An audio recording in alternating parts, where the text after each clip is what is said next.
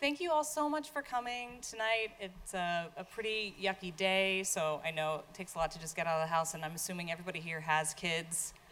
Is there anybody here who doesn't have kids? Thanks for coming. Solidarity. All right. I truly understand the sacrifices that you have to make just to come to something like this. So I appreciate you being here, and I hope that tonight is a really useful event for everybody.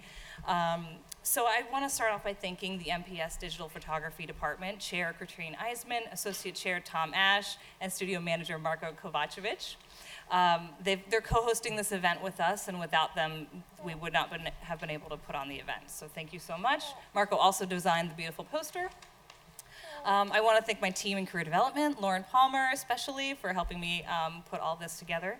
And a huge thanks to our AV and Learning Technologies teams for taking care of all the AV tonight. I'm thrilled to bring together this group of incredibly talented and hardworking artists. Each of our panelists is a parent of 2 children, incidentally, which in itself is a huge job that never stops, as most of you know. But each of them is also working as a successful practicing artist in their own right. And they also have other jobs that they do as well as educators.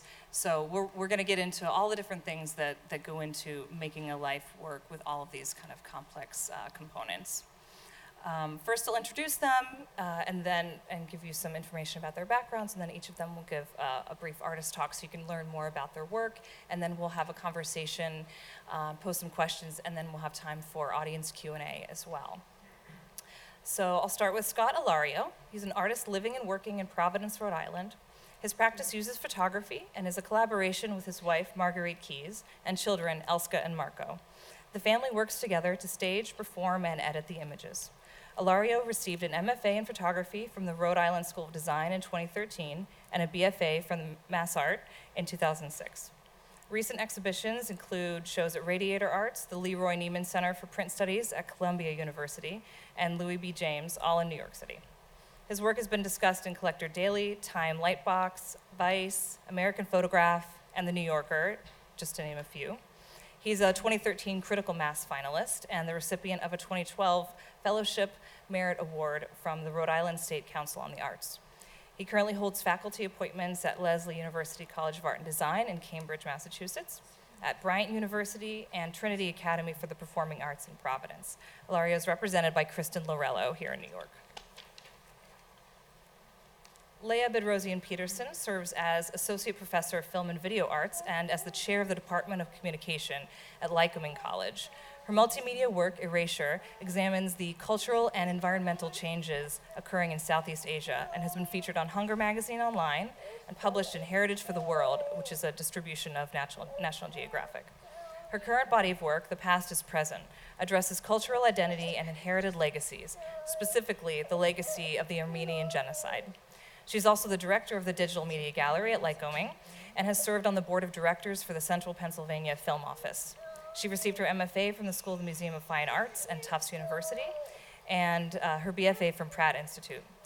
She has exhibited more recently in Atlanta, Chicago, Brooklyn, Washington, D.C., and abroad in Switzerland, Germany, and Colombia. Leah is a native New Yorker who currently resides in Williamsport, Pennsylvania with her fiance and 2 children, who are also here tonight. We're very happy to have some kids in the room with us tonight.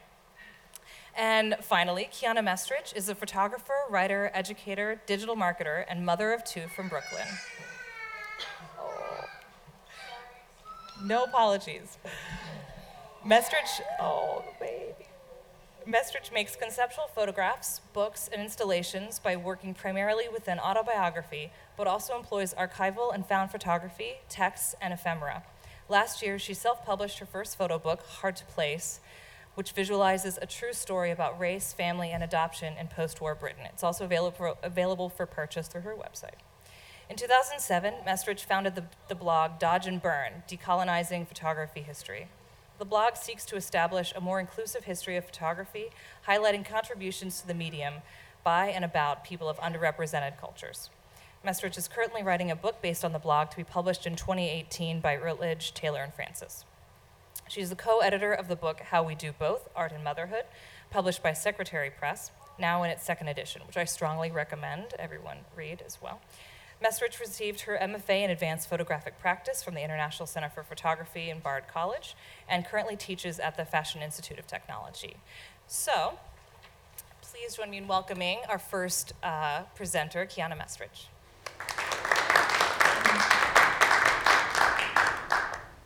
Hi everyone, thanks for coming. So before I share my own work, I wanted to acknowledge one of my photography heroes. Although I admired the work of women photographers who documented their families, like Sally Mann and Eleanor Carucci, it's the work of Emmett Gowan that I always come back to. As a photographer, I relate to Gowan's desire to document his immediate family, an act that I see simply as a respect and reverence for life itself. And I'm going to show a couple of his images. I've just got a few images of his to show. And some of you, I'm sure most of you are actually pretty familiar with his work. Gowan is known for his intimate portraits of his wife Edith and their children. He once was quoted as saying, "If I ever met and married Edith Morris, you would have never heard of me." This is one of my great sort of favorite quotes of his. "I was going around the world searching for an interesting place when I realized that the place that I was already in was interesting." Gowan's images show not only respect for his subject, but Gowan's family's respect for his craft and trust in his gaze. This is my favorite of all of his images. I love his use of vignetting, simultaneously references his own eye and what he considers most important. Many photographers feel the need to travel far and wide to intrude upon and document other cultures different from their own, but Gowan considered his family, quote, "the most precious, the most accessible, the most important subject I could ever have." Gowan is no doubt a pioneer in the genre of photographic intimacy, carried on in the work of artists like Mann, Carucci, Golden, etc. Now I'm going to go a little bit into my own work. In 2010, during the months after giving birth to my son, who was my first child, I turned to the camera to work through a period of intense loneliness I had never felt before. Feelings of joy and love for my new baby came with equal sentiments of fear and isolation. This, quote, postpartum situation challenged me to make photographs within the spatial limits of our apartment and to visualize my entrance into motherhood. I'm just going to run through a couple images here from this series.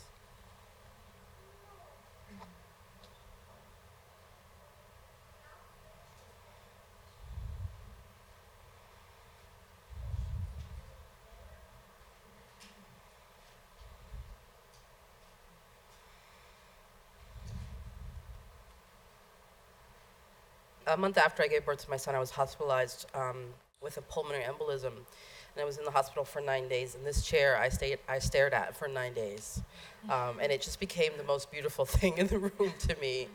I was just fascinated. It was just this plastic chair, but the light that always came in through that window, and this fall foliage pattern just really amazed me.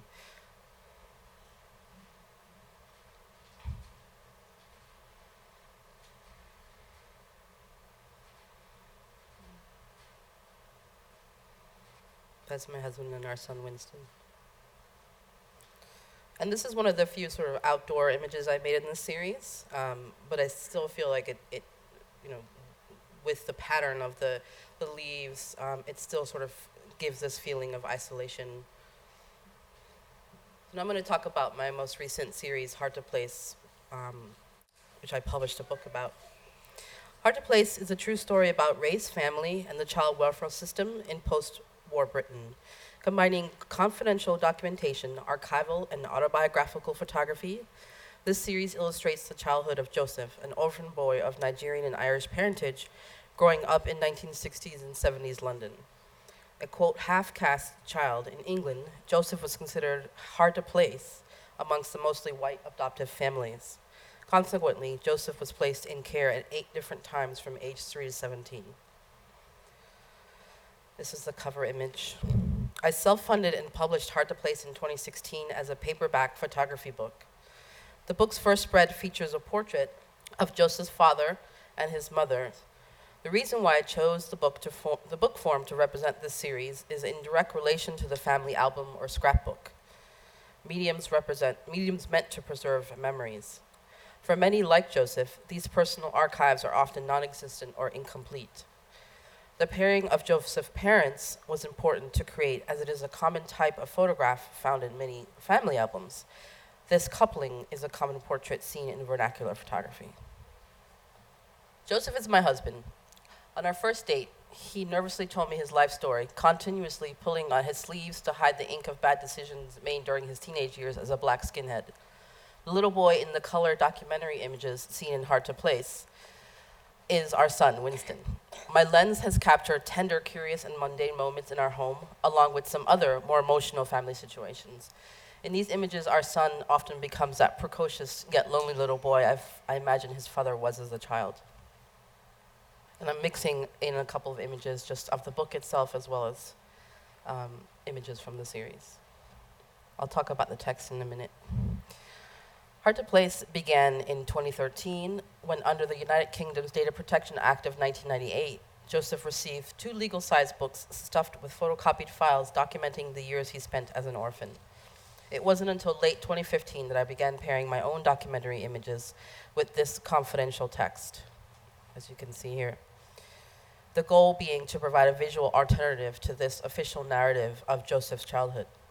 The documents included typed and handwritten text authored by social workers observing both Joseph and his mother, Maura, aka Maureen, as they refer to her in the text. Maureen often needed financial and housing assistance. In some cases, I've left the text as is. Other times, I've reworked the text in poem form to highlight the detached tone and the clinical observatory nature of the situation.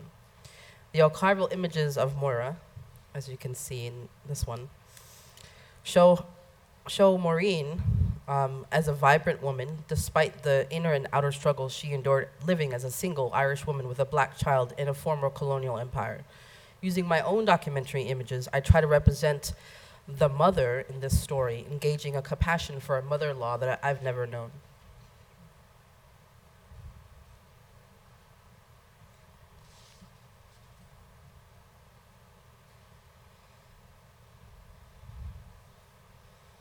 This text that you see here was from an article that was written as a sort of last-ditch attempt to get Joseph adopted. It was written for a local newspaper in Camden. It says, Camden Council's Little Joe Needs Love and Care, this title. Camden Council's kids' home are full of children who desperately need foster parents. Social workers usually have little trouble finding foster homes for the very young, fit and healthy, but it's a different story placing kids who are mentally, physically, or socially handicapped. What constitutes a handicap? Mental retardation and physical disability, of course, but if a child is black or of mixed race, then that is a handicap too.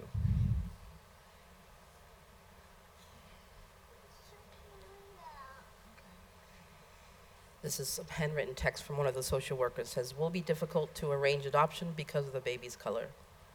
In the book, I also have some of these blank pages that reference skin tones.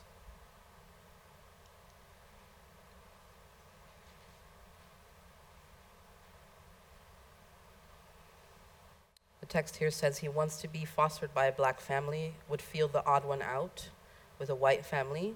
She verbally abused him on Sunday by calling him black shit. This is Maura and Joseph in Trafalgar Square. Photo taken by an unknown photographer. So I'm just going to briefly mention How We Do Both, so I don't run over time. But How We Do Both came about in 2012. One of my fellow students in the MFA program at ICB Bard, Michi Jagarjian, who's the co-editor, we were both in the program together. There was one other person in the program who was also a mother, so there was very few of us. About 3 out of 40 or so students who were mothers and had children and couldn't do things like go out after critique and have drinks and do sort of the fun things that people do. But I'm just going to read the preface here from the book. This is the second edition, which is available on Amazon right now if anybody wants a copy. We are 2 women, Michi Jagarjian and Kiana Mestrich, who both decided to pursue our Master of Fine Arts at the International Center for Photography, Bard College, during the early years of our children's lives. Throughout history, many artists have uniquely embraced the concurrent roles of motherhood and art maker. In our collective journey through graduate school and early motherhood, it became relevant for us to ask real questions of other mothers who have chosen a similar path. In the first edition of How We Do Both, we asked a group of established artists to respond to 3 questions. 1, how do you logistically balance art making and motherhood? 2, does your art making require a room of one's own? To reference, thank you, Virginia's famous essay. Did having children enhance their creativity was the 3rd question. Some responded directly to these questions, while others used questions as an inspiration for an essay, like Justine Kurland.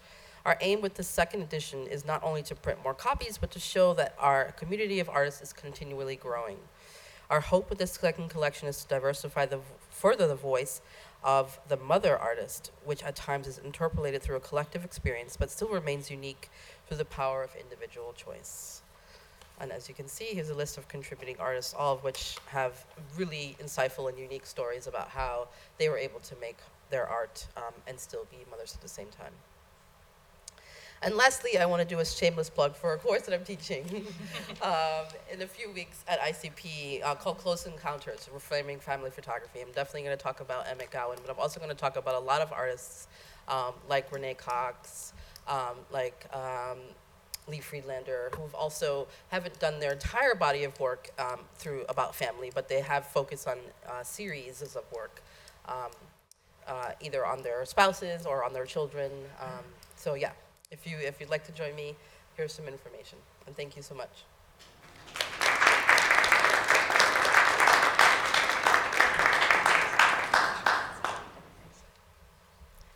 Okay, cool. Hi. How's it going? I'm Scott. I'm really excited to be here. Thank you so much, Anna, for having me, and to everybody else on the panel. This is really exciting to me. Yeah, I was thinking a lot about this. I live in Providence, Rhode Island, so I took the train to the city, and I was thinking about how I'm incredibly lucky. I think I'm the most lucky person I know, because I got to just kind of sit and chill on a train while my wife was home with our 2 kids, and I get to talk about that experience while she's living it, and I'm acutely aware of that privilege that I have, and yeah, I think hopefully that'll come up a little bit in my presentation on my work and a little bit when we talk as a group.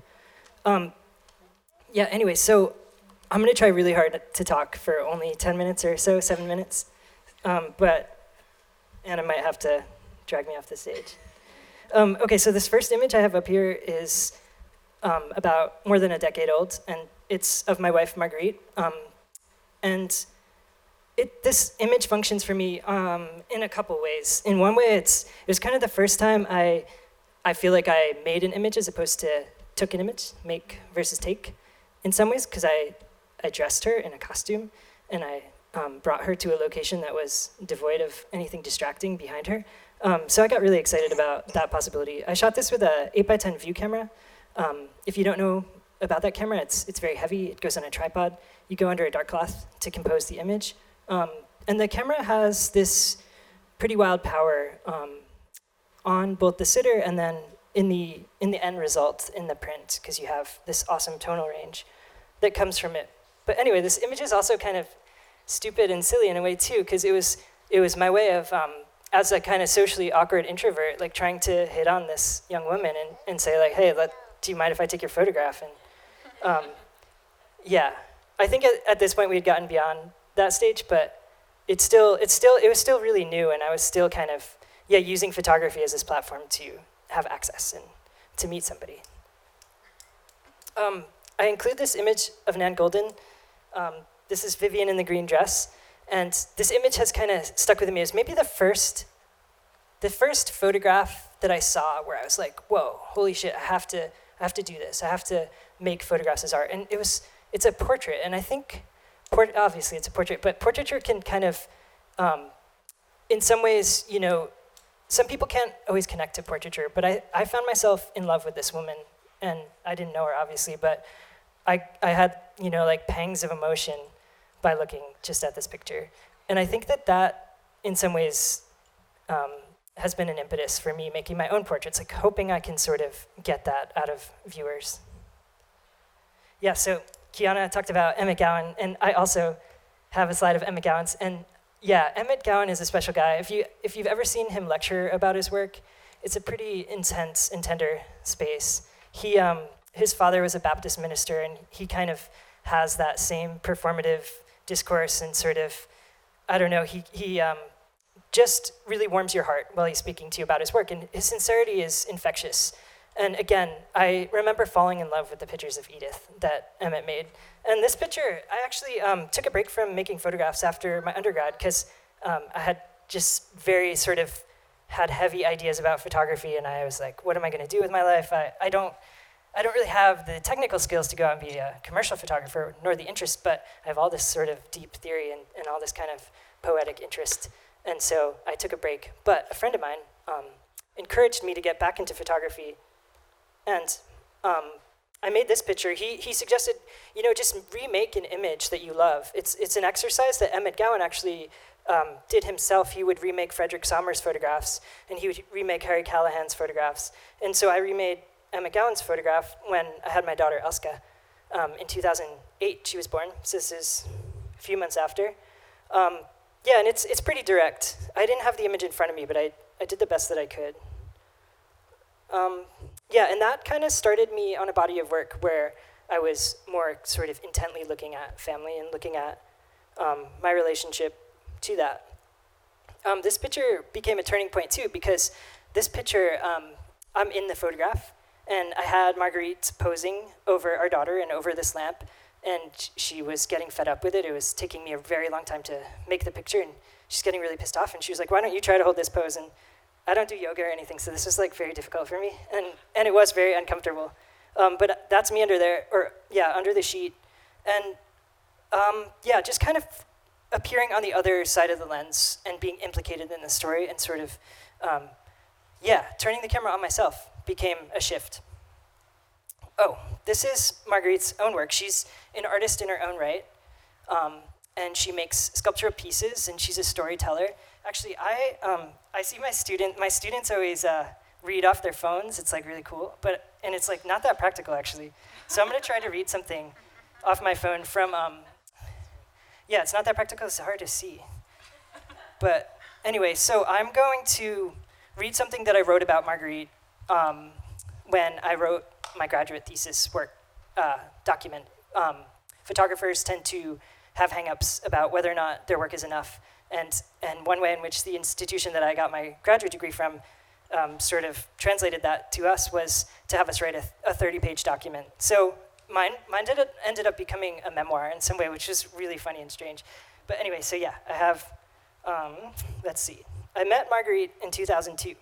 She was telling a ghost story to a gathering of captive dorm mates.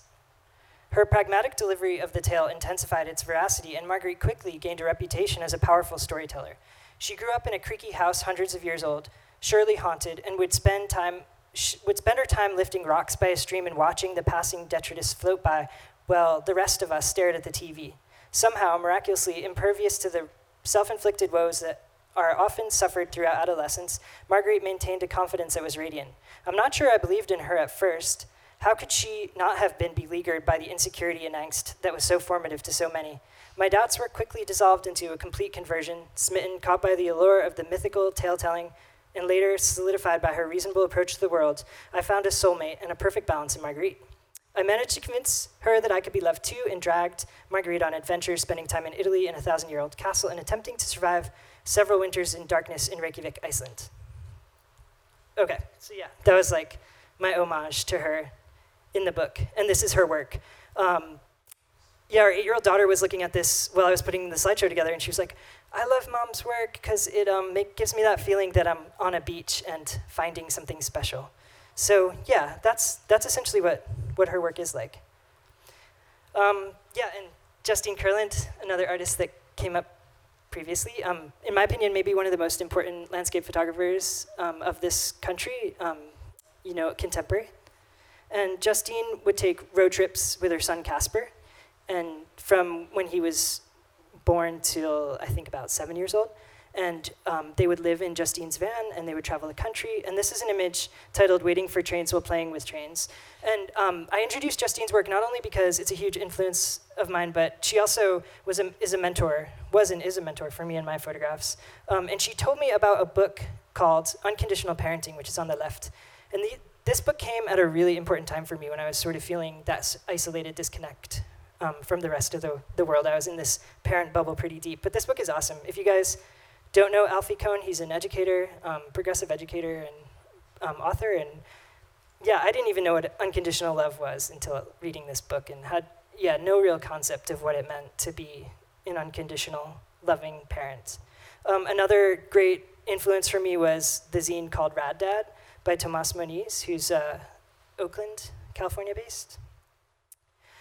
Okay, and then in 2012, I took a course in my graduate program, and it was kind of my introduction to conceptual art, and I guess it was better late than never in some ways. Like, I hadn't really thought about images in this way before, and the class was on using archival imagery in an art practice, in an art context, and this was just an exercise that I did for that class, an assignment, where I collected images of breastfeeding mothers and created a large panel. I think it's like 60 inches tall by maybe 40 wide.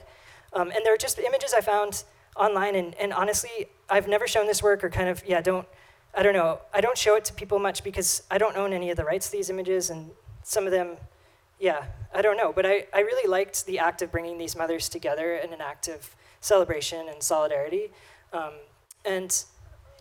Obviously, anyway, I'm gonna keep moving. But this is hanging in my son's bedroom, and I like looking at it. He likes looking at it too.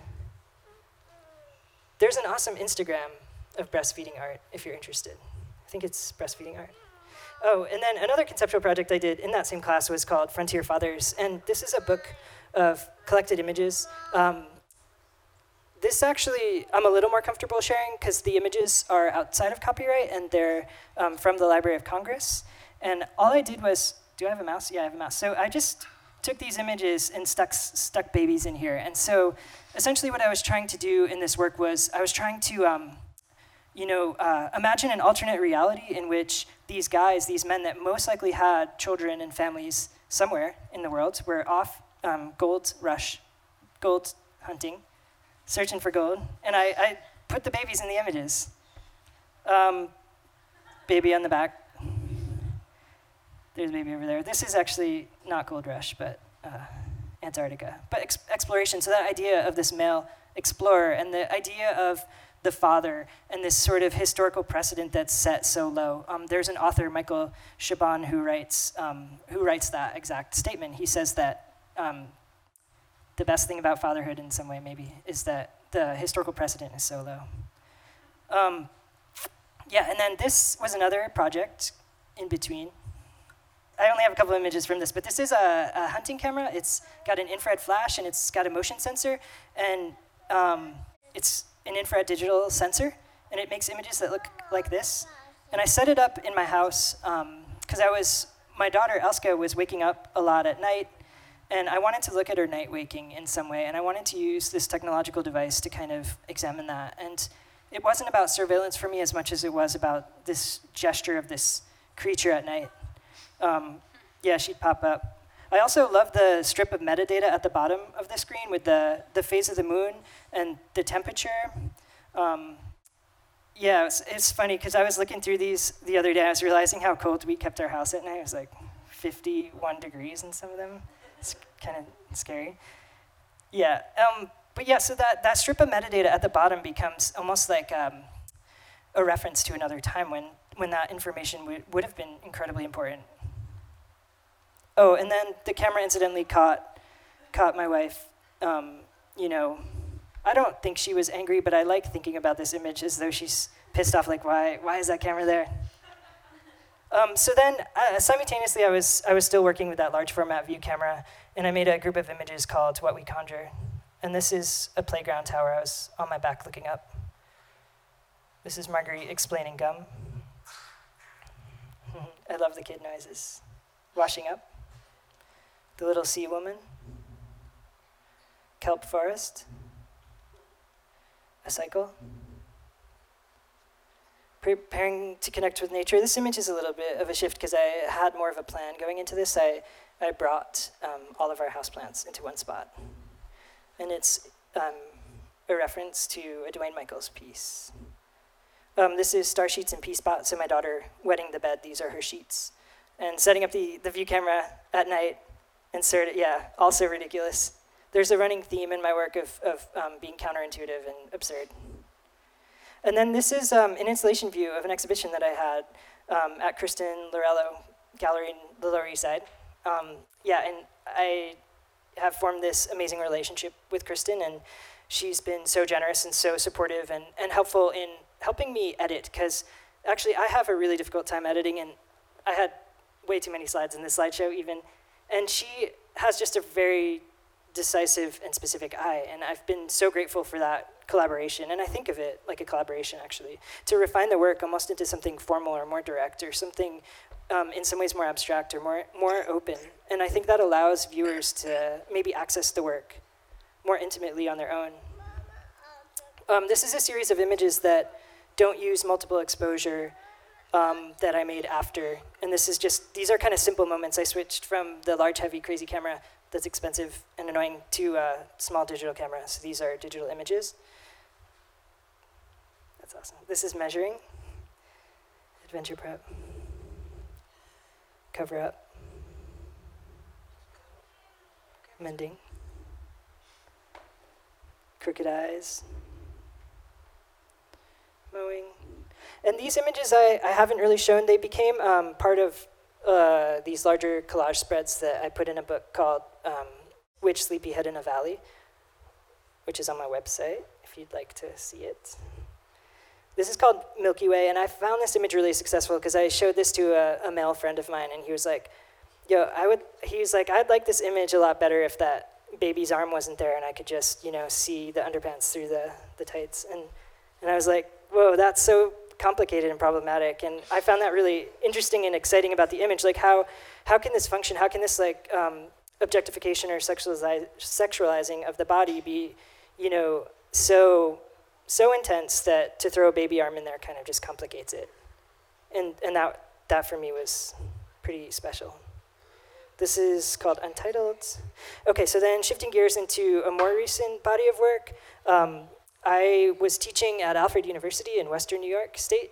I had a 3-year term appointment, and I taught an alternative process class there. And some of my students wanted to make color images without color film because they couldn't develop it, and they wanted to figure out some sort of alternate ways to make a color image. So we did some research together, and these are slides from a gentleman named Gorsky. I'll just call him Gorsky, Russian maker of images, and he made so many images, and they're actually all in the Library of Congress, and they're beautiful, and they're wild, and they're crazy, and they're full color, and they're pre-color color photography. And he was able to make them by making three black and white exposures, one with a red filter, one with a green filter, and one with a blue filter.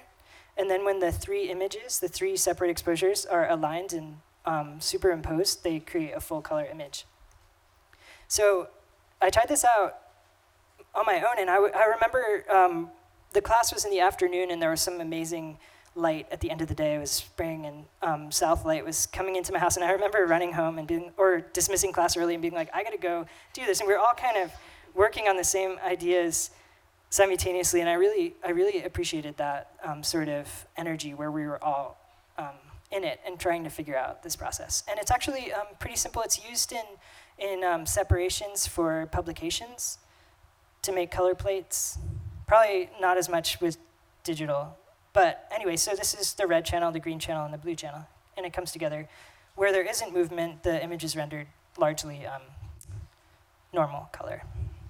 So yeah, a few of these. Our dog. This is called Maple Shake.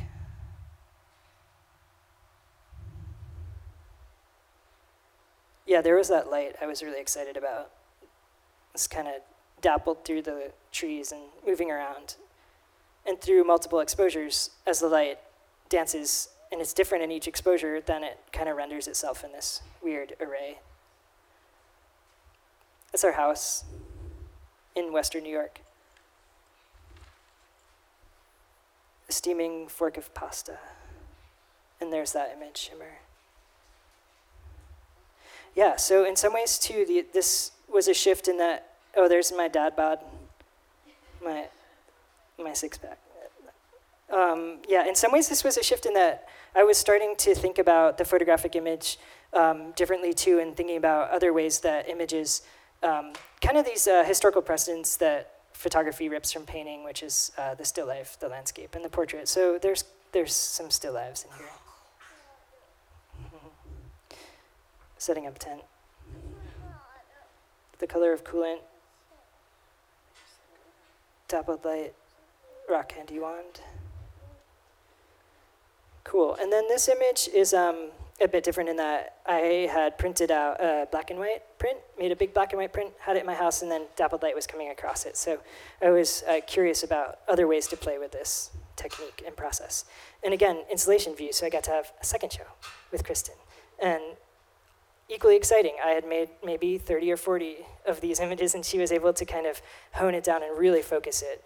And just, yeah, that ability, of that act of editing kind of really directed me maybe towards other things I don't think about in the making process, which are formal at times. This is actually, so I like to use lectures about my art practice as this really vulnerable or sort of fire under my ass to kind of make something new or show something new. And this is a work that I just made not that long ago. And so I kind of don't understand it. And I wrote something down about it. And I could tell you what it is. It's a landscape that I made with just ripping out old comic book pages. Let me find my note. See, very impractical. Yeah, so I'm making empty comic book scenes. There's several of these, and they're hand collaged, ripping paper and gluing, and then I'm rephotographing and using Photoshop and technology and using the clone stamp tool to fix things, certain aspects that I couldn't do with my hands, and then, yeah, and then printing them large. This is maybe 30 by 40 inches printed. And I'm not sure why I'm interested in this at the moment. Maybe it's the absent hero, the nostalgia for print technology of past, or an optimism for the future, or a respite from chaos, but it also feels a little bit dangerous to make work in these times. It's like, if I want to make work like this, I got to be out every weekend fighting the regime in place. Or in some ways, be active and be active politically or socially and sort of participatory, because this work for me feels a little indulgent. But it's been fun too, going through old comics and just tearing and creating space. And then some more tricolor photographs that are recent. And maybe a shift in these is that I'm not kind of going for the full shift. I'm painting it in and out as I choose. So layering a straight color photograph on top of the tricolor and then bringing that little vibration where I see fit. And this is my son, Marco Moon. This is my daughter's foot. This was from this past summer. And our pet rat. And that's the last image that I have. I don't know if I'm way over time. Am I? Okay. All right. Apologies. There's something else I was going to say, but it's all good. We'll talk more in a second. Okay, thank you.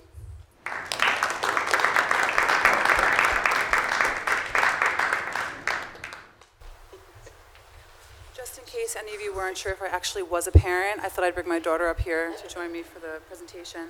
My name is Leah Bedrosian Peterson, and thank you again for having me, Anna, the MPS program, and everyone who's joining us here tonight. Thank you.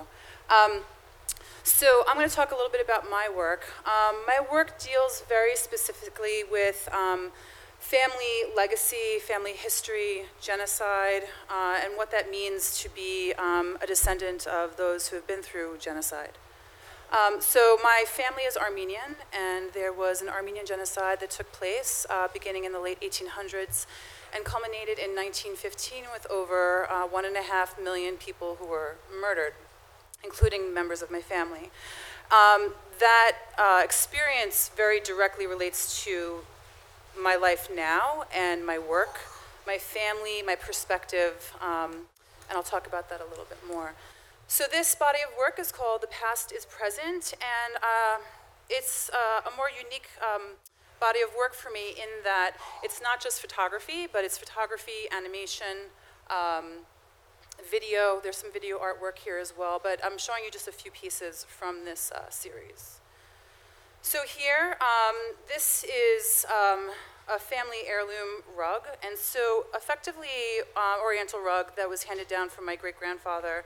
And I really wanted to make this work about items and things in my daily life that caused me to reflect on my family's history. So in photographing this rug, I was thinking about my great-grandfather, what he had been through, his experiences, but that this was sitting on the floor of my home at the same time. I'm a large format color photographer, and so here we have black and white Type 55 expired film from 1982 that I was using for this work. But I really love the idea that the chemistry on the negative and on the positive itself was going to play a role in this work in etching, you know, this history of the film onto the film itself in reference to my own history being etched into the history of my own family. And so I scanned the original positive. I also scanned the negative after it had deteriorated over a period of a couple of weeks when it was unfixed. So the chemistry just kept this process going, and so it deteriorated the surface quite a bit. And then also showing you now the original negative scan. So you can see again this, you know, wide variety of surface and texture that can be with just one image. And I do occasionally use my children in my work, although my work is not specifically about my children. It's not specifically about my family, but it's very much related to that, again, about legacy, what it means to be the descendant of those who went through this genocide, and it's still denied to this day. And I saw my son sleeping on the couch, and I thought, how lucky am I that my child is just sleeping here? And we've seen images in the news now that are really heart-wrenching and heartbreaking, and I think about my own family and the visions that stayed with some of my family members that were very similar to this, but on a much more horrific level. So again, my child was simply sleeping. Now this is a pretty important picture for me because this is a Turkish coffee pot that was the reason why I learned about my family's history. So growing up, all I knew was that we were the descendants of that we were victims, that a genocide had occurred, but I didn't really understand what that meant. My family never talked about it. And so when I was in college, I befriended my first Turkish friend. I was always actually quite fearful of Turkish people just because I only knew that they killed us. I didn't know anything else. And this is not to say I have this perspective now by any means, but I want to give you an understanding of where I was coming from.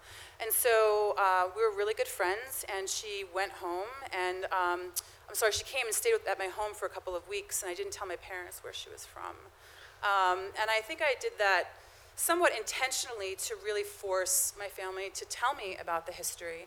And ever since that point, we do discuss it, and we know about it now. And I was 18 years old, a little heady, and thought, hey, I'm going to bring her to my house. I want to see what happens and what my parents are going to say. And so as a thank you for the time that she spent at our home, she sent my mother this Turkish coffee pot. And so, again, it has major significance for me because it very much relates to me learning about my family's history. Now, this is going to look very different.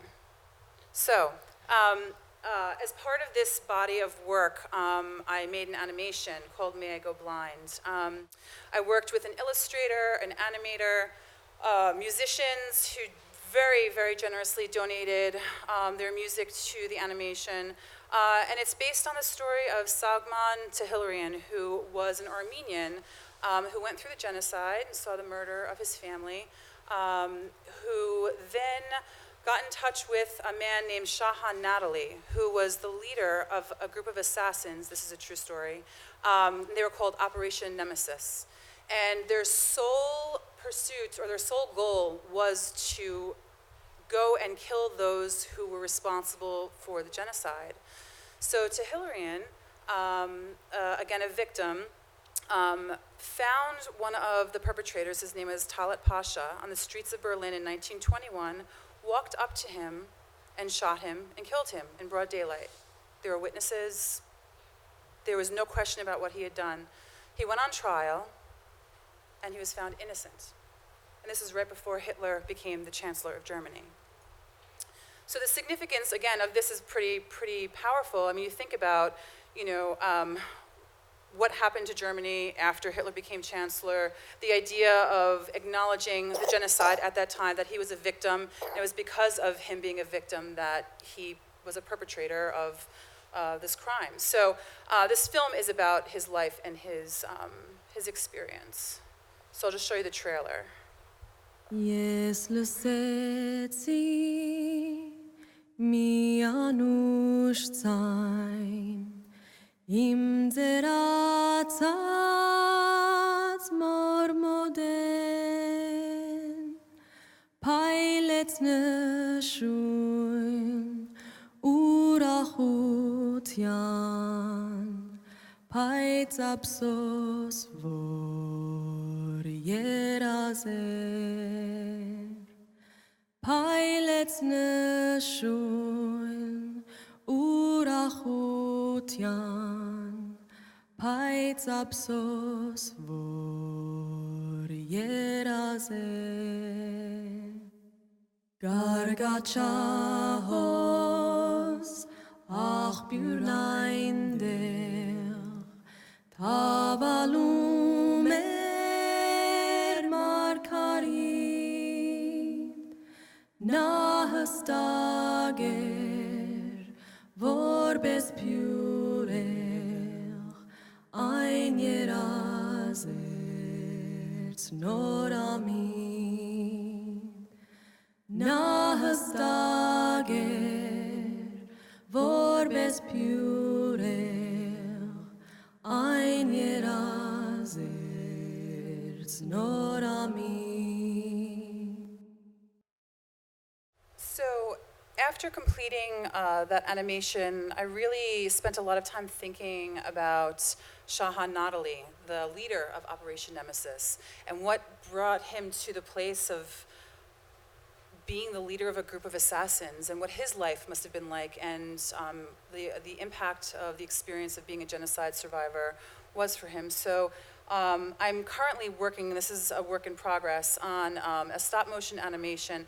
I should start off, by the way, in saying that my father, who is here, is also a parent artist, and he's a painter, and I started off my life as a painter and a sculptor, and that's what I did. I found photography in my 20s, and then started teaching film and video. And so I have this, multimedia approach to my work. I work in the medium that best suits the project effectively. So I'm working on my first stop motion animation called Under the Walnut Tree. It is about Shahan Natali's experience as a survivor at the age of 11 years old, where he was displaced after his village was under attack and he lost family members, couldn't find the rest of his family. He ended up being taken in by Greek neighbors for 3 days, and then he set out to find his family, and he was alone by himself, wandering. This is not him as a child, but it is a picture of a young man during the Armenian genocide, around the same age.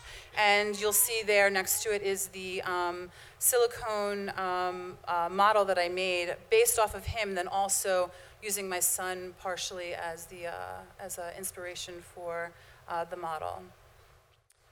I'm working on a huge set, so he traverses fields, forests, caves, and the true story is that he went out looking for his mother, and he found her.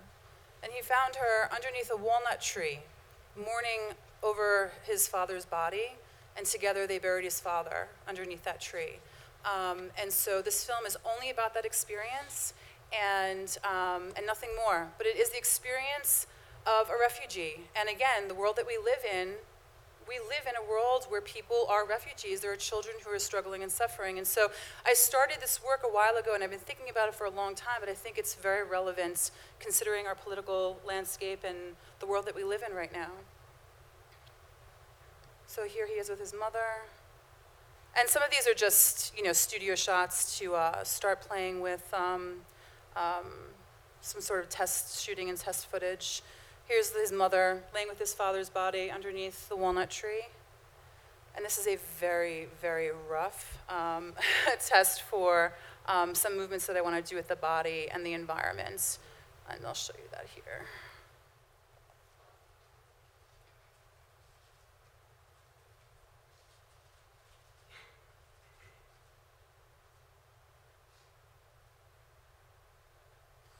So you can see here that there is a field, and the fields, I really want to make it very kind of creative at the same time, even though it's very serious.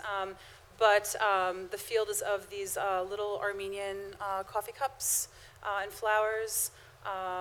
There are references to Armenian culture and history in the set itself, but again, it's primarily just about his experience and sorrow and loss and traveling and loneliness and the joy of finding family only to find out what the reality of that circumstance actually is. So I'm very excited to continue it. It is a process with children and teaching and my students who need me almost as much as my children do. So figuring out how to balance all of that is a place that I'm in right now, but I will get there, and I plan to have this done in the fall sometime. So that would be it. Thank you very much.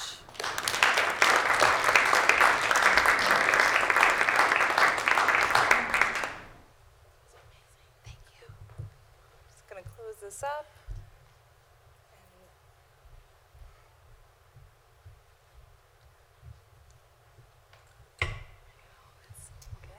Audience is very dark right now. Can you see us, everybody? Can't see anybody. Really see anyone? Yeah. Are we too? Okay. We get a little more light, maybe? Is that possible? Just a little bit. Okay, okay. Thank you so much for those presentations. I've actually, I have to confess, I've been sort of art stalking all of these people for, some of you for many years, Scott and Leah from, maybe 10 years ago or more, and then I stumbled across Keanu's book online, and then I found her work and her blog, and reached out to her. I was like, you have to come, I have to know you. So I'm thrilled to finally get all of you in one room, and everyone gets to learn about your work, because your practices are incredible. So let's dive into some questions, and then we'll have some time for audience Q&A too. I really appreciate those of you who have brought your kids. I was on a panel myself the other day, and my 3.5-year-old was in the audience and was, running up back and forth between me and her seat and sitting on my lap and wanting to cuddle. And at one point, she actually took a wallet from someone in the audience and then came to the panel and began handing out credit cards to the panelists.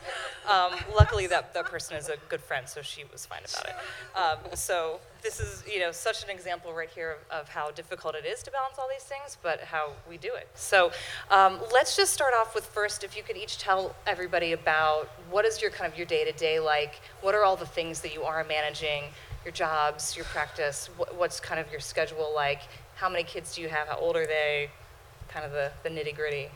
You want to start, Kiana? Sure, I'll start. I have 2 children. My first is almost 7, and my second is going to be 1 year old on the 19th. So I'm kind of in that first year of, I didn't really realize how exponentially harder it would be to have a second child. I'm an only child myself, my husband is an only child, and we had a second child for many reasons, but mainly because we wanted my son not to be alone in many ways. We both felt really lonely growing up. So anyway, I didn't realize how hard it was going to be to sort of figure out, especially with the age difference that we have between the 2 children, figure out how life can work with 2 kids. So my day-to-day is really, right now, I started teaching in January at FIT, so I teach 2 days a week, and the other days I'm really a full-time mom. I'm home with my daughter, and then I pick up my son from school, and at least one day a week I try to make it to the studio and or just do a lot of work on the computer sometimes, depending on what takes priority. So my day-to-day changes day-to-day. I am the mom, obviously, of 2 small children, Eliana, who just turned 2, and Julian, who's 4.5. I am a full-time professor as well as chair of a department. I run the gallery in my program. We just did a search for someone in my program, and I sat on a search committee for another department, you name it. So I'm busy. I try to get to school by 7:30, 8 o'clock in the morning, and I try to leave like the latest at 4:30 or 5 to get the kids. And so get the kids, come home, you know, dinner, baths. My partner, he works 12 to 14-hour days, so it's almost like being a single parent. Wow. Yeah, that's daddy. And so it's a lot, and balancing my studio practice is incredibly challenging. So I think that just really, there are times when I find that I have afternoons free and it's wonderful, and there are times when I have not gone to my studio for 3 weeks. I have this little teeny tiny closet next to my office that I call my studio, right? So we had a guest visiting our program recently. I said, oh, you have to come check out my studio. And I forgot to tell them that you can't really open the door all the way because of the way that it's set up, and you kind of have to squeeze through to get in. And so, it's not like this grand, fantastic space, but it is my space, and it is my space to make my work. And I find that to be a really crucial thing for me to have my own studio and my own space. I have a room upstairs in the house, but it's the guest room, and the kids like to play up there, so it's not really my space, but we work to balance. So that's why the summer is my real time to make my work. And get my true studio practice in. But during the year, it's hit or miss. Yeah. Okay, yeah, so my day-to-day also varies. At the moment, I'm teaching at a public high school and middle school in Providence, and I'm teaching filmmaking. So it's funny because it's a bit different from my practice, but I'm teaching animation and live action at a performing arts school, and that's 5 days a week, and it's about 5 hours or more. And then, so I typically will get my daughter up and get her to school, and then I'll go to work, and then my wife and my son will hang out, and then I'll come home, take my son, we'll do something. My wife will get some time to do what she's got to do, and then I love to cook, so I make all the food. I try really hard to split all the responsibilities 50-50, but I'm way less. I'm more like 20%. My wife does 80% of everything. So I try really hard to do it, to equalize that, but it's challenging.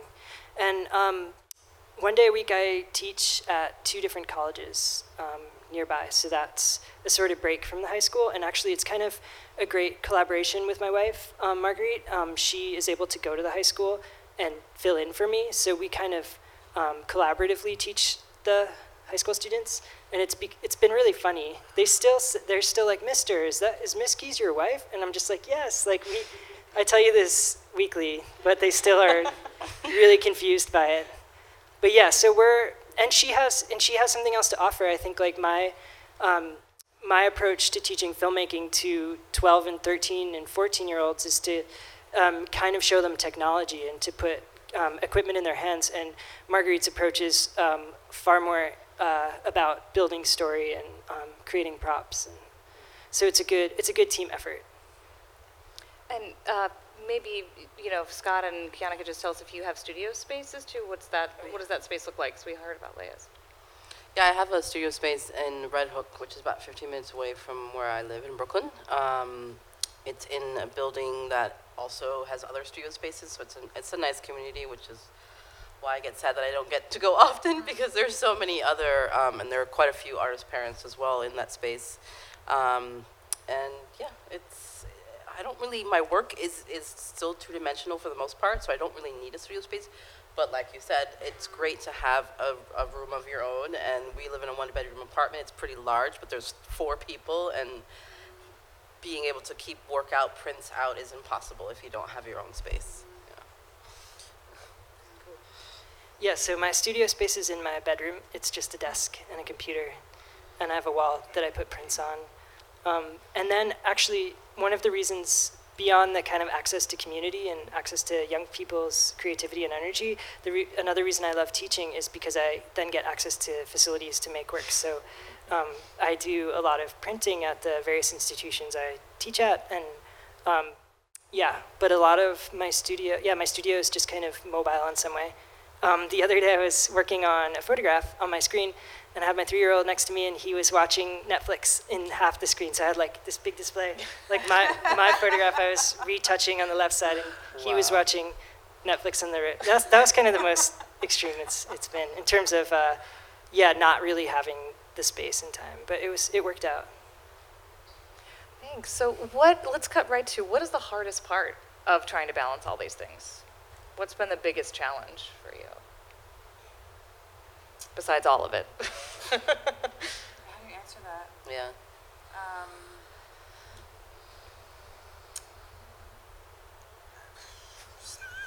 Balance? I don't know. Time Balance. management, yeah. Time, management, yeah. prioritizing, Prioritizing, yeah. not feeling guilty about feeling selfish because you want to do your work, and feeling like it's okay to be an artist. I have a long career of being a digital marketer, so I struggle with having one foot in sort of the corporate world and another foot in this art space that I've always wanted to be. Like, I've always wanted to be an artist, I've wanted to be a photographer. So, but the digital marketing work makes really good money, and then I can self-fund my projects, and so that's really difficult. And then, of course, all the other roles. But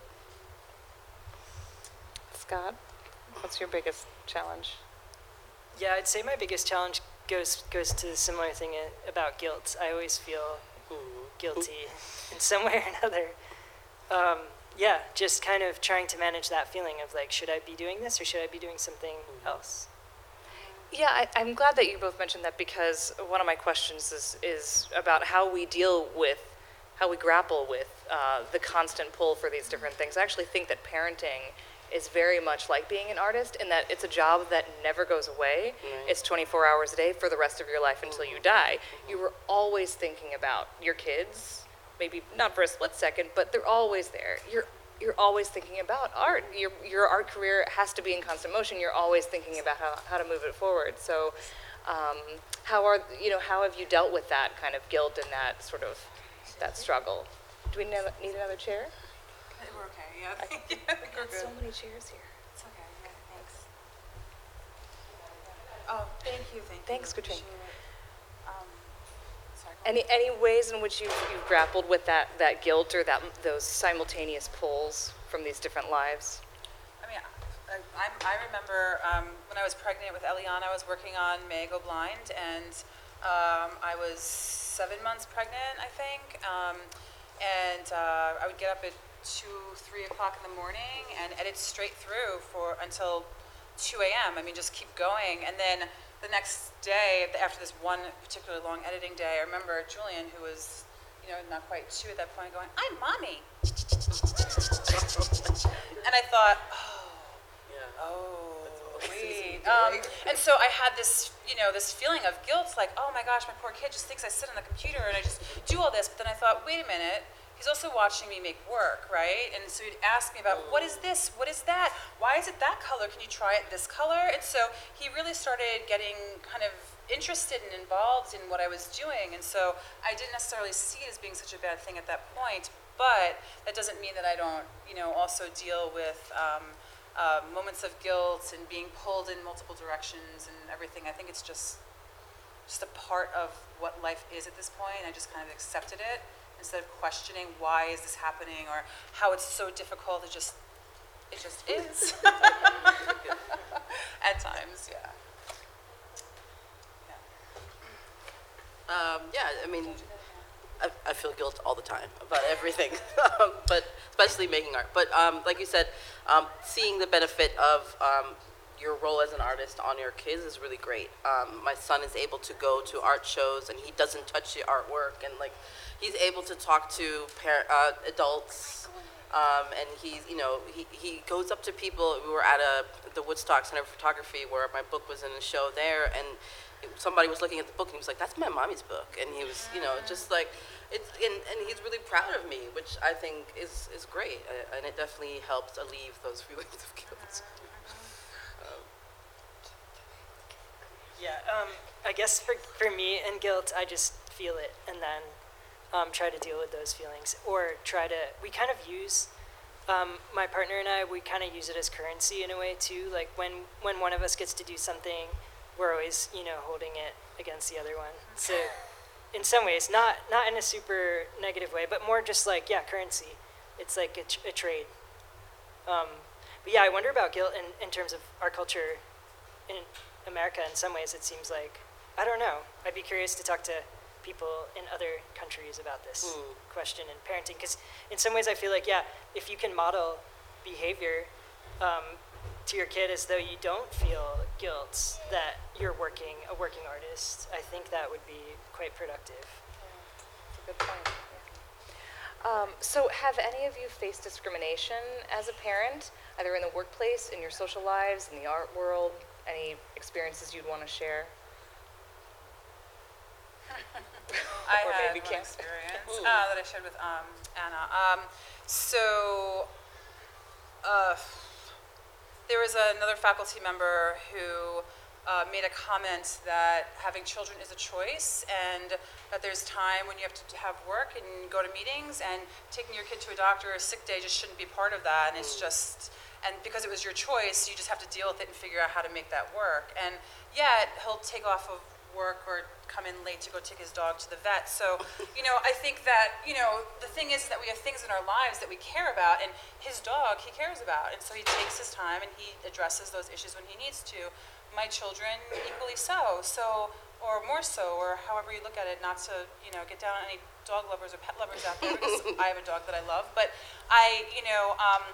to have received that, be on the receiving end of that comment, I felt really affronted by it, and I thought that it was an incredibly problematic position for him to take, especially when we're at faculty meetings and they, used to end at 5:30 maybe, and you'll notice around the room that the only people asking questions are primarily the older male faculty, when all of the women are starting to itch in their seats because we have children to get home to, and we're just like, do you have to ask this question now? We could have easily addressed this over an email, and just extending the meeting out very casually, like it's not a big deal. And then it's 6:30, and so I think in that sense, it's not so much as discrimination as it is,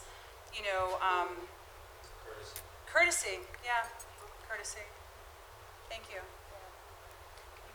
Yeah, there are a lot of issues in academia, especially for parents and for mothers in particular. Yeah. Scott, Kiana? Go ahead. Yeah, do you Go want ahead. to go first? No, go ahead. Okay. Yeah, I have a story actually not about me, but about a student that I saw sort of adjacently be discriminated against because she was a parent. It was pretty intense actually, and I had to kind of get her back in a way, but she would bring her young baby to critique, and I think she couldn't have been, she was young, like 20, 21 maybe tops, but she would bring her baby to critique, and she was a painter. And at first the discrimination came from faculty, and they were like, and these were, kind of non-parent faculty, but not that it matters that much, but they were like, oh, she can't have a baby in there because of the paint. But then this sort of critique on this girl, or this sort of like negative treatment of this student was, went beyond that, and they would just like ridicule her. And a few times I'd be like, whoa, like that's totally inappropriate. And yeah, and it kind of, and then sort of whenever you try to in some ways stick up for somebody, it sort of then comes back and bites you. So I sort of made myself the enemy of the painting department in a way, trying to defend this student. But yeah, it was really crazy. It was surprising to see that. Actually, I was really surprised, because I think having kids is like pretty normative in a way as far as society is concerned. So then to think of spaces where it's not normal or not accepted is surprising. I haven't faced any direct discrimination as an artist. Have tons of stories as a sort of working woman, career woman. I feel like my response is more around sort of the way things are, and sort of things like, a gallery opens always happening from 6:30 to 8 o'clock at night, which for me is prime time, kid time, so I can't attend a lot of those things. I feel like the art world at large really excludes children and little people in general, which is, it's sad. There are some artists that do make artwork that is open to all ages, I feel like Yayoi-Kusama is one of them. But yeah, in general, I feel like there should be more towards that effort of including children, and because we were all children at one point. Like it's not a matter of something that we can't understand or that's alien to us. So. I think that's a great segue into my next question about how the art world views parents and treats parents and mothers in particular. You know, in the 70s and 80s, female artists were not supposed to have their kids present. If they had them, some thought it was, you know, a death wish for their career, and they were certainly not supposed to bring them to things. And I wonder if you feel like that has shifted, if you see the perception of you know, yourself as a parent bringing kids to an art event, has that changed, do you think? I don't mean to keep jumping in here No, to do the it. first one, but I mean, I've got my daughter here on my Yeah. lap this entire time, and so part of me feels extremely unprofessional. Thank you. Having her here on my lap, you know, I'd like to give my full attention to my presentation and to everyone, but I have to hope she's sick. And so, you know, in order to be here, this is the position I had to take, and fortunately, you know, Anna was gracious enough to, you know, be open to me having her here. But yeah, I mean, I think that I think it's like a question also of how we feel in those environments when our children are present. Not so much if it's accepted or not, but what does that do to our own perception of ourselves, and then how we're then perceived by those that we're, you know, presenting to or in, you know, the same space as. So, yeah. Anything to add? I always have more questions, but Yeah, jump in. Yeah, I guess what you just said, Leah, is that I was thinking about, yeah, your own internal sense of self, maybe more in regards to the art world. It's like maybe it's more of an internal hang up. It's like a fear. It's like, oh, will I be judged if my kid's running around a gallery? Or like, how will people see me? So it's like, yeah, and I don't know like how the world should be more accommodating to, you know, your own personal sensitivities, but it is interesting. It's like, yeah, maybe, yeah, it's work that we probably should do on our own, but also, yes, yeah, culture at large could support that too in some ways. And for example, this panel is supporting that in a really great way, so big ups. I grew up, my father, just to say one more thing, my father, you know, I grew up hearing stories about him taking me to the studio, you know, when I was an infant, and hanging out, you know, with him and his artist friends, and I'm sure that had some impact on me. And so I always looked at it as being a positive thing and never a negative thing, but actually being in the position where I do have my child in certain environments, then I look at it a little bit differently than the, oh, that's so cool that he took me, you know, to, oh, that's really hard, I'm really hot right now, and I want to pay attention, and so, you know, I've got to have a sweatshirt on my head. And so, you know, it's actually living it's a little bit of a different thing than thinking about it or hearing about it. So what are the ways in which you've seen your practice change since having children, if at all? It could be the work itself or just how you make work. I have definitely like simplified what I make and how I make things. I switched to digital from film and found Katrine and Tom to take me under their wing and show me the ropes of digital out of necessity, because I needed to be able to make things quickly. I just didn't have the time for the way I was making pictures in the past, so. I don't know if anyone's had a similar experience. Yeah. My work has definitely been smaller on a smaller scale. Yeah. Just and physically smaller. physically, like, yeah, absolutely, Yeah. physically smaller. I have a printer in my studio. It's not a large format printer. It's a small desktop printer, 13 by 19 is the largest output. But for me, I feel like that's just the work I'm making right now. And if I can make larger prints, I can. But it's also challenging to be able to work in such constraints as well. So I find it sort of a creative challenge as well. But just for convenience, my work had sort of become smaller. And has it impacted the content of your work? It definitely impacts the content. I have a lot of dreams of making larger works. So I tend to focus on the ones that are not that size. But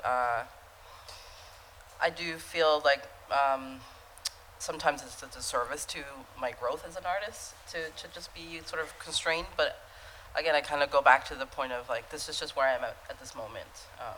And hopefully later on I can branch out a bit more. Yeah, I mean, my gosh, my studio practice has absolutely changed. I used to, I mean, that 2 a.m. to 2 a.m. day, that hasn't happened since. So, you know, my practice has been one of, you know, research, where I'd research for several months before I'd make work, and then spend, I mean, unbelievable amounts of time in the studio, you know, from first thing in the morning until deep into the night, where I didn't feel any guilt about that, right? I felt like, oh yeah, I'm working my ass off and this is great, you know, and I love it, and you know, you forget to eat, and I mean, it was all this great kind of experience that I don't have anymore. So it has changed a lot. I guess I scraped together time, you know, this animation, I need 8 to 10 hours of serious shooting time, because I'm not to set up those lights again and get every little tiny movement nailed down, and I don't have, that's why I just have this one little tiny test that, you know, isn't really what I want it to be. So it's 100% changed, absolutely. So, but it has not changed my work, and it has not changed the kind of work that I make or what I want to make. It's just a matter of it taking a little bit longer to make it. Right. I have ideas in my head that I just cannot let go of, and I have to fulfill them. So it just might take a year instead of 6 months or a few months. Yeah. Scott, I mean, your family is very literally a part of your work and the making of it. So, Yeah, I mean, so yeah, I mean, you saw my work, so it's like they're the crux of it, and they're the content. So I don't know how it's changed with them, because it sort of began with the birth of my daughter in some ways, but at the same time I was making portraits of friends and family and beforehand as well. So I don't know that the content has changed so much, but definitely thinking about, yeah, the essentials, like what do I need to do and how can I be efficient? And also how can I kind of like wrap everything together into this, you know, constructive moment of playing and making art simultaneously, or yeah, teaching and making art simultaneously too. Just kind of cramming it all together, smashing it all together. Yeah, I was thinking about Nan Goldin again, thinking about how she sort of made her slideshows a ballad of sexual dependency. That 35 millimeter slideshow was out of kind of, you know, necessity in terms of using a less expensive process. And I think artists are really driven by obstacles, and yeah, I've definitely been driven and moved forward by all of those challenges for sure. I kind of like them secretly. Yeah, it's fuel. what are some strategies that you've employed to manage all of these things? Is there anything that you've found works best for you that gets you through the hard Coffee and stuff? whiskey. At the same time, together? Coffee and whiskey No, together? no, coffee in the morning, whiskey at the end of the day, bourbon, But yeah, I mean, they actually do help a lot. Being patient, learning patience for yourself, I think, in your practice. As a parent, you have to learn to be patient in all kinds of scenarios. And so I think that, transferring that patience to oneself and understanding that, like things will get done, it's okay, and just, as much as a native New Yorker I am and going with the flow isn't exactly ingrained in my being, I try really hard to do that and to, that's what I've employed, yeah. And it's not always working, but I really try very hard, yeah. My mom is my strategy. She happens to live in our building, and so she helps out with a lot of childcare. She's staying with them now until my husband gets home from work. So yeah, but I've definitely taken a liking more to alcohol since I've been children. At the end of the day, it's just nice to have a glass of wine, or it just helps take the edge off for sure. My mom recently confessed to me that, well, it wasn't a confession, she said it very matter-of-factly, I used to have wine in my coffee mug when I was home with you guys during the day. And thinking I knew, and I had no idea, and I'm 34 learning this for the first time, and I was like, yeah, that makes sense. Now that I have one, I get it. She had three, so. Wow. Yeah, we do what we have to do. Yeah. Yeah. Scott? Any strategies? Yeah, I think friends and family are Yeah. epically helpful. And, you know, there are a lot of logistical considerations that go into this. A lot of people here might not have family around. You know, it can be hard to find friends to depend on for this kind of thing. You know, I've actually lost friends since having a kid because me there's too. just, Yep. there are people who don't Yep. want to understand. So, what are, you know, what's some advice you might have for someone who, you know, is struggling to get through these hard times, make it all work, you know, might be lacking some support system? Not to quiz anybody. Do you have an answer? I just feel like it's important to find a way to prioritize your work, no matter what, and whether or not that means like giving yourself self-imposed deadlines or working towards some other deadline, or you know, putting yourself in a group show. That just sort of like finding a way to prioritize. Because if you don't feel like it's your first priority, then everything else will get in the way. Yeah. Yeah, advice. I mean, I guess it's the same thing. Like, make time for yourself, make time for your work. As hard as it is, even if it's once a week or once every other week, just to find that little bit of time. I don't have a support system where I am. I'm in the middle of Pennsylvania. I don't have any family there.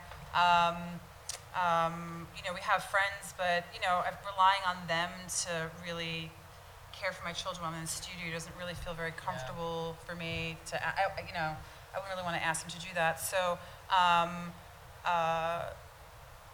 I think the biggest thing for me is just like not to feel guilt about making the choice to make my work. And so when I do choose to make my work, I make my work and I'm in there 100%, you know? And so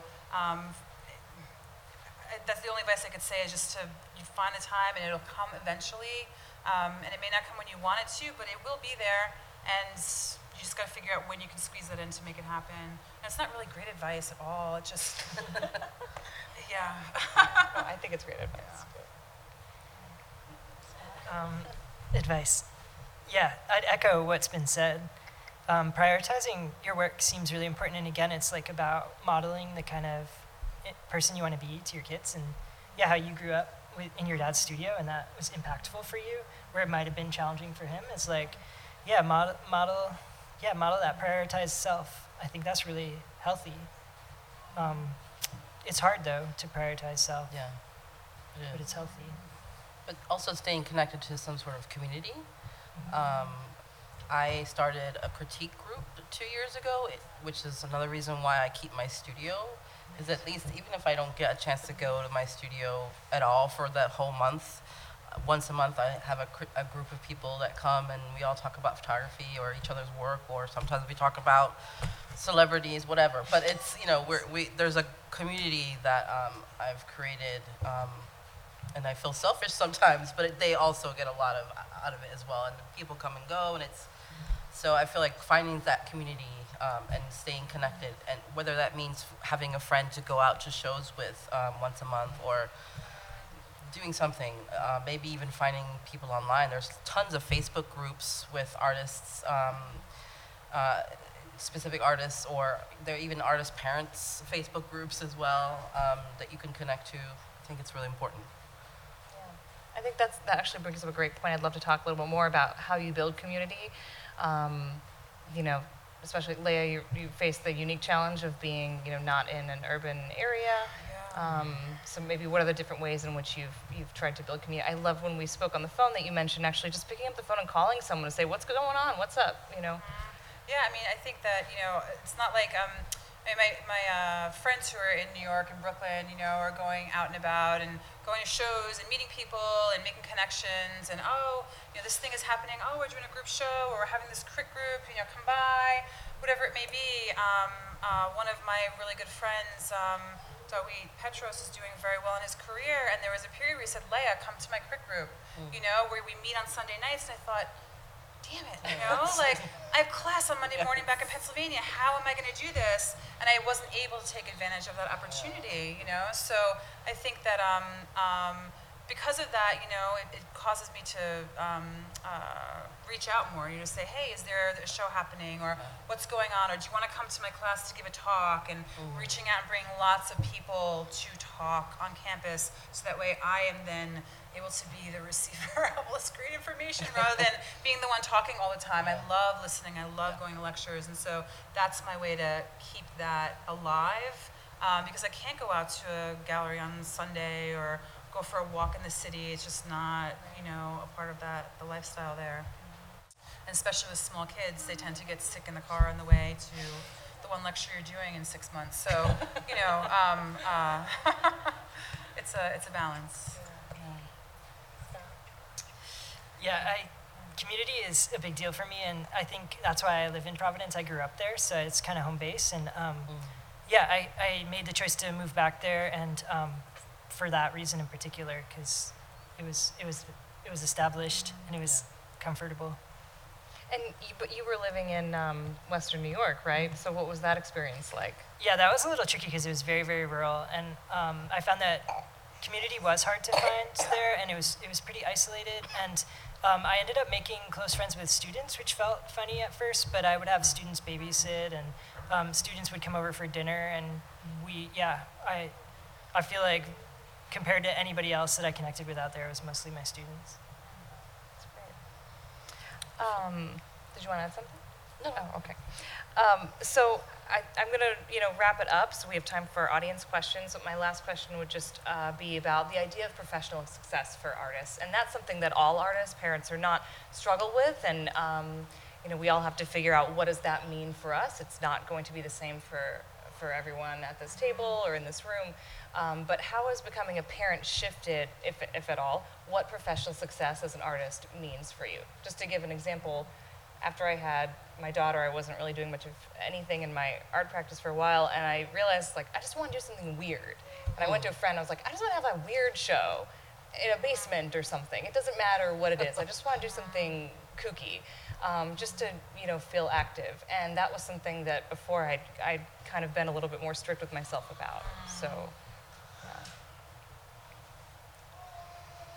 You want to start? Sure. Because I know we talked about a lot about professional success. Yeah, professional success. I feel like, each of us has our own internal gauge for success. And I'm kind of, not to sound too optimistic or Pollyanna-esque, but I feel like I'm kind of living it in this moment. It's like I find success in talking about things outside of my work. Like my work is obviously my family, but then to talk about being a parent and an artist feels very successful for me. A very exciting moment in my practice was having a conversation that started with my work and then ended up just being a room full of people talking about their issues with their fathers.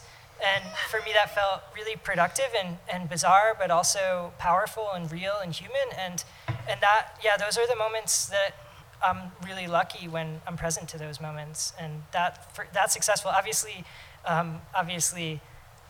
we need to survive too. So there is that aspect of success. And it's hard sometimes to find it. I'm hustling, I'm driving all over the place and taking every job I can get, but it's also, it feels good to connect with others. I feel like in some ways my professional success is tied to my career, and so Your teaching career? my teaching career. Sorry, yeah. So my I should specify. So my teaching career. So associate professor, and so there's expectation in terms of showing your work, professional activity, what got me tenure, right? So there's a lot of work involved, and I actually found that to be quite a bit stifling and really. It impacted my work in a way that I wasn't really happy with, because I felt like I had to make work instead of following my studio practice, which was 6 months of research, getting ready, and then just dedicating myself to making the work happen. I had to develop a different way of working, and so, but because of my academic career, it's defined very clearly. Like if you're showing, if you're on panels, if you're going to conferences, then you're successful. I don't know that I agree with that. I mean, I think that for me, making work is successful. And so coming up with ideas that I'm happy with and work that I'm proud of when I'm done, rather than just making work so it's on a sheet of a list of different places that I've shown, that's not success, you know? So I could show really bad work, right? Like, I'd rather make good work and spend my time making good work. So for me, making work is success. Yeah. I agree. Just kind of defining mini successes or large successes, but whatever they are, be it personal to you. I just talking to a curator friend this week, and she was saying that her goal this year was to apply to 100 things and get rejected by all of them. I was like, That's easy. why is that your goal? But I thought that was really great. She's not an artist parent, but she's also an artist, and she also does curating. And but I thought that was a great goal. And you know, just having those individual goals and either achieving or not achieving them, it helps to define some sort of success and keep you going, keep that momentum going. That's great. Well, before we open it up to audience questions, are there any other things that any of you want to mention that I haven't asked about, or any kind of burning stories? No? Okay. You asked some great questions, so yeah. Thank you so much. This has been, really, really helpful. I hope it's been productive for all of you. So Lauren has the mic. We have to use it. She's going to pass it around. So we're recording this so that other parents can see this from afar. So if you have a question, Lauren can walk the mic over to you. Great. Lots of questions. So going back to the finding time, I have 2 boys, 4 and 1, and I live in Michigan, which is why I'm here now. My husband was with them. It is hard, I find, to find any time to do it. So when you have a project in mind, do you have like an end goal, whether it be a year or 2 years, or do you find that helps maybe focus your time more, whether it be once a week for an hour, or if you could just talk a little bit more about that? Yeah, I feel like that would help me. I just haven't done that, so. I mean, I definitely have an end goal in mind. So, for example, the animation, my goal now is to have it done in the fall. My goal actually was to have it done this year by mid-December. So clearly I missed that goal or that mark. But, if I have to extend it out, I extend it out, Yeah. And if I stress about taking more time, I'll never finish the work, and I'll just be worried about my time. So Right. I just look at it as it is something that I'm going to finish, I'm going to accomplish, and I have a goal in mind, but I have to be a little bit flexible, with that. So, but I do find that does that does help me to accomplish it versus it just being this thing that I'm doing and there's no goal, there's no Right. place where it's going to show, there's nothing. Then, it doesn't necessarily feel like I have to push myself as hard to complete it. So I think it does help. Yeah, I'm a person that needs structure, needs parameters Yeah, to work me too. in, and so so for the book that I did, I enrolled myself in a class. I was working at ICP, so I was able to take free classes, and I enrolled myself in a bookmaking class, and with people who are at Convey Arts who printed the book. So, and part of the class was the final product was to be able to print a book with them, and that really just helped me get this thing done and get it out. And then from the book, I was able to have a solo show of the work, and so it's nice to be able to have some sort of final presentation to be able to realize the work in. Okay. And then, sorry, one more.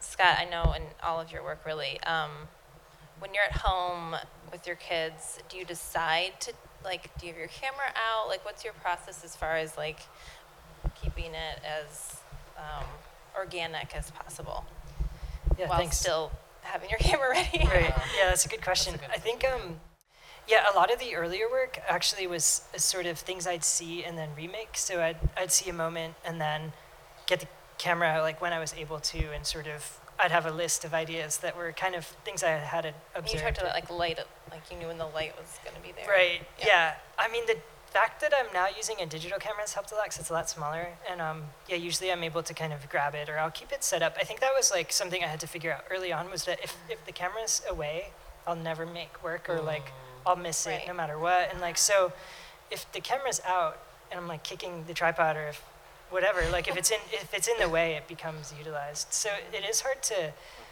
find that organic moment. And sometimes, yeah, like setting up a camera can kill a moment too. Like it loses authenticity and inorganic, as you mentioned, like it loses that quality. So yeah, it's been like it's a mix. Like some moments I get really lucky, and then some moments are very like labored and staged. Yeah. Okay. Well, good. Well, thank you. I have a little follow-up question for you, Scott, about that. So if Okay. your camera's out all the time, which is something I also discovered I needed to do, how do you teach your kids to stop trying to destroy it? Or is that just, that's the kid that you have and you can't teach them that, they will not stop? Yeah, no, that's very real. I have a lot of batteries that have gone missing and SD cards and yeah, components of the camera get hidden often. That's my son's thing right now that he likes to do is take the battery out and hide it, and then I have to find it. So I just have a spare battery on hand. But yeah, I don't know. I think, yeah, you just... Patience. Yeah, patience. Thanks. Okay, I think we have the roving mic back up and running. Okay, great. Hi, I guess I have a question regarding schooling. Like, how do you guys, being artists, and I found that, I had to do a lot of unlearning as in the process of understanding my own work. And a lot of times I thought I wish I'd not gone to school because that structure didn't necessarily help me. So I wonder, as artists, how do you guys think about schooling for your children? At a school. Do you mean being in school and being a parent, or do you mean your children's school? No, like children's school. Yeah, okay. And what sort of schools you find appropriate, which is supportive and yet not, just enough structure, but not too much. Do you live in New York? I do. Okay.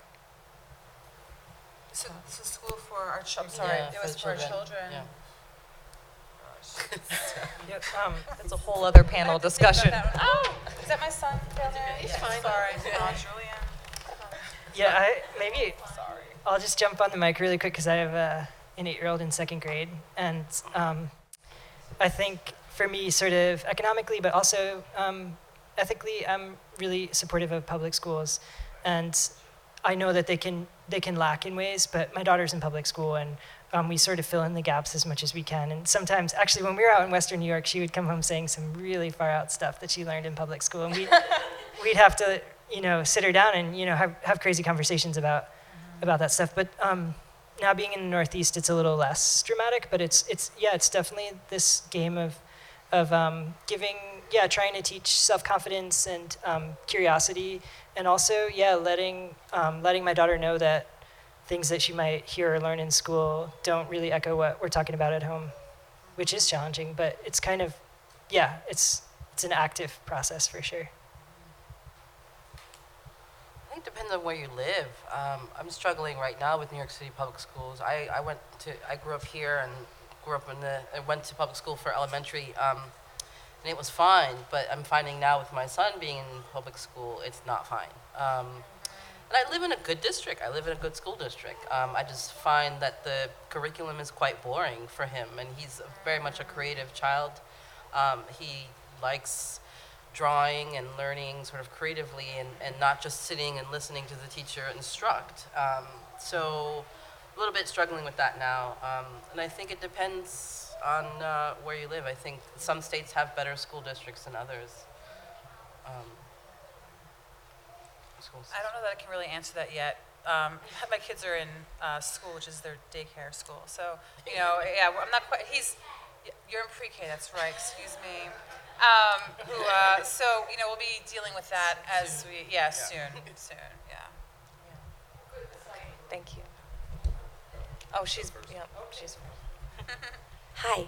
I'm actually a songwriter, but I have a full-time job as a CTO. So I sort of felt a connection with you in the marketing digital world. And I'm wondering about the transition from hobbyist to professional, and like, is there a line that you cross, or is it just about blending that into your life until it becomes something that, you know, is, I guess, as important as your day job or more important than your day job, or, you know, allows you to get rid of your day job, or, you know, that's kind of where I'm at.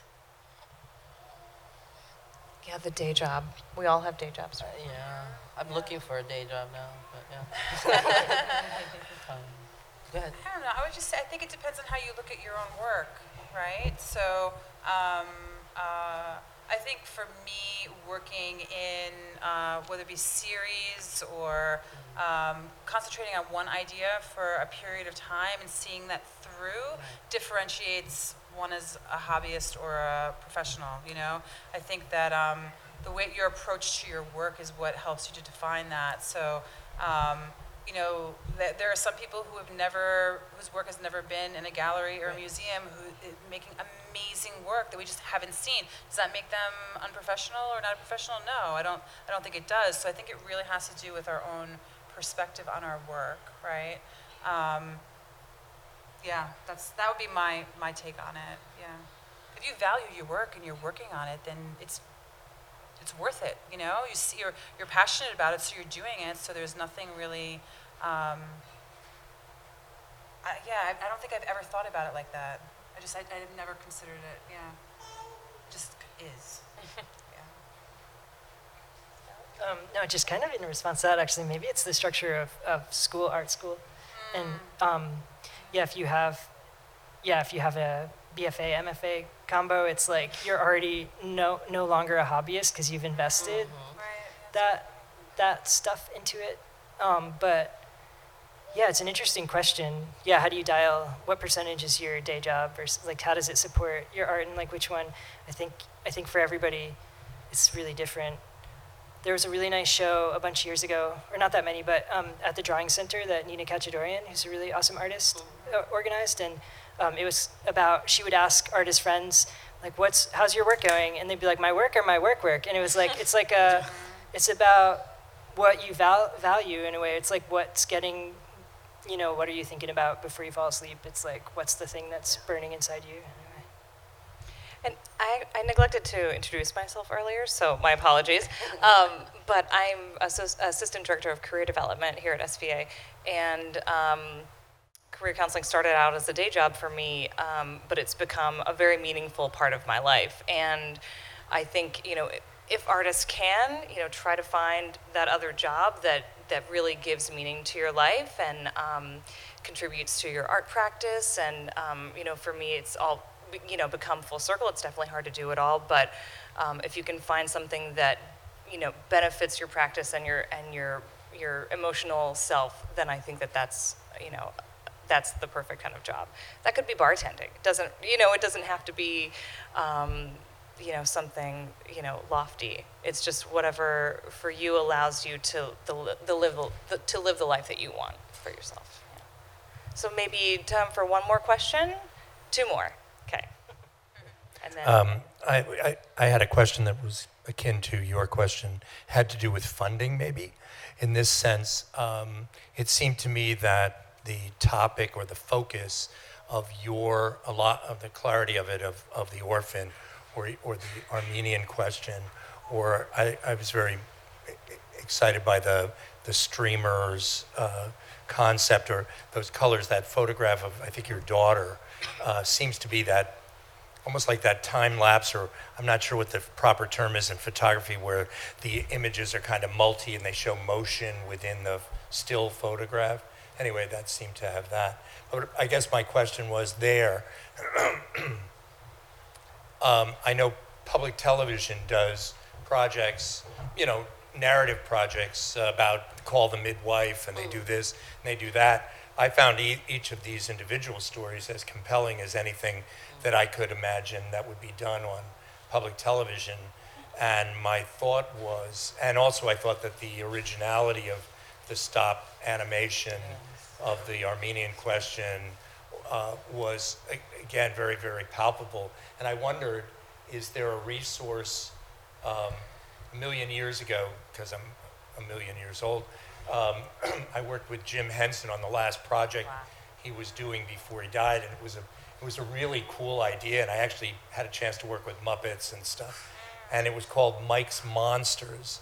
And the story was all of these monsters that lived under Mike's bed.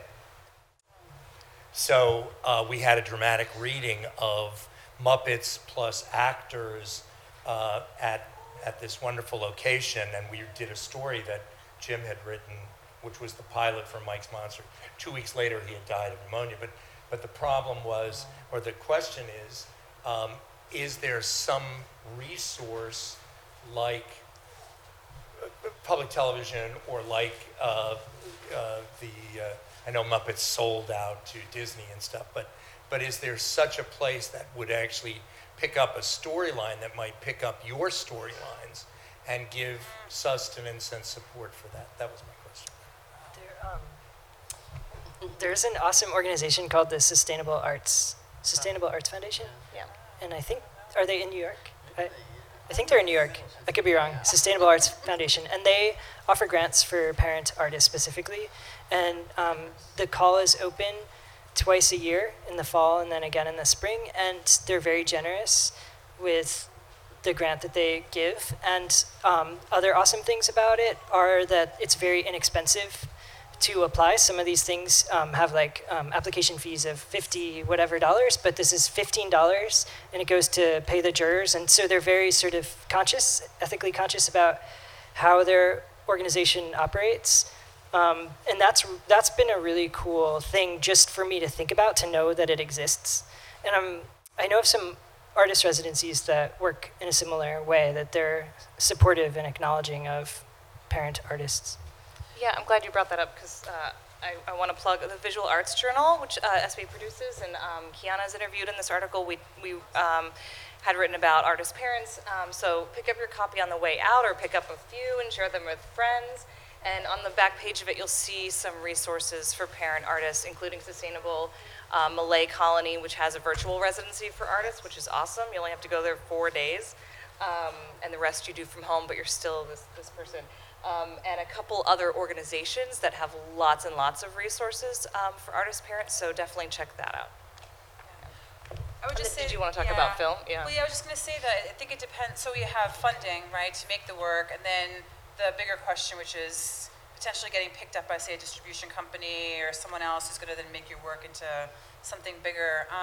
I think that funding is definitely, grants are a big one. And for me, I apply for a lot of Armenian grants or, cultural identity, that sort of thing. So, so those, they help a lot. Also, being a faculty member, I do get really significantly funded by my school, which is wonderful. So they do really support my work. They've probably been my main source of support financially. And then, it's the bigger picture, right? So it just depends on the work that you're making and if you can get the work out to screenings, festivals, get picked up potentially by a distribution company to make the work a little bit larger than, what I'm making now. But if you want to try and get PBS to do a show about these folks, please do it. Do it. Yeah. Thank you. And last question? Hi. I'm actually not a parent, but I'm an artist. And I've been spending a lot of time with my nieces. They're 4 and 2 also, so I can relate to those age groups. And spending time with them, I've actually lived with them for the last 9 months. And it's been an incredible creative source for me personally and for them. Like, we do art every day for hours on end, and it's incredible. It's so creative. And so I was wondering if you guys could talk about those benefits. Like, how has having kids and seeing the eyes through their world brought, like, more creativity to your work or playfulness? And also, like, what is your creative practice with your kids outside of your professional practice?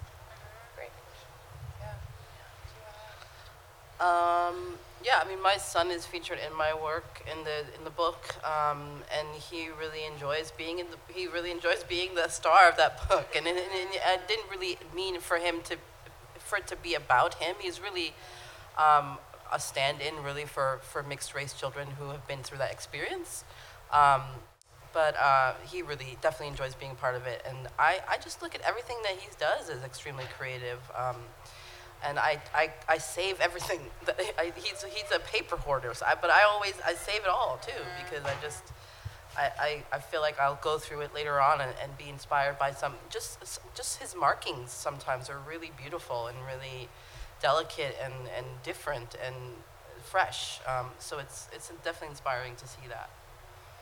Yeah, I mean, my work has, my kids, Julian, I think most of my paintings and drawings on the wall actually were done by him. So I actually frame them and put them up in the home, in our home, and they look wonderful. I mean, some of them you wouldn't even know that, they're fantastic. And so I try to support, the act of art making on a regular basis. And so my silicone model of Shahan Natali, again, Julian calls it the Julian doll, and the mom is the mommy doll, and they play with it, and they look at it. While I was building the stone wall for one of the sets, he was there at the hot glue gun, picking out rocks for me to put where I was going to put them, and they get involved in the act of making with me. And again, it was very inspired by my parents and having a family that supported me as an artist. I was never ever in a place of questioning what I was going to do with my life, ever. It was just like, you want to be an artist? Great, go for it. Because we come from a family of artists, so it was never like, how are you going to make money? What are you going to do?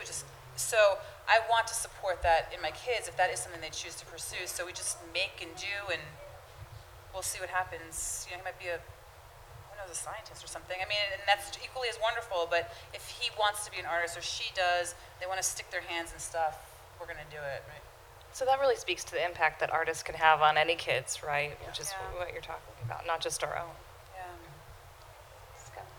Yeah. So just really quickly, that's a big part of my everyday is making with my family, and we do a lot of comic books and we draw a lot, and just kind of always, as an activity, always making stuff. And I guess it differs from my professional work in that, like, it's a lot more free form, and it's a lot more laid back, I'd say, and there's less structure. But it's funny because my 8-year-old daughter will say things like, I don't want to be an artist when I grow up, and she's incredibly creative, and she's amazing at rendering life with her hands and drawing, and but she's really not interested in the idea of being an artist, and I think that's pretty funny. And so we'll support her in whatever she does, obviously, but it's curious. So we didn't leave a great impression, so it's tough life. I think that's a lovely question to end on, the impact that artists have on all young people. So thank you all so much for being here. I know that you made tremendous sacrifices to make it here. Your families made sacrifices. I know that you all made sacrifices to be here, so thank you so much. We learned so much tonight. Thank you, Anna. Thank you, everybody. Thank you for coming.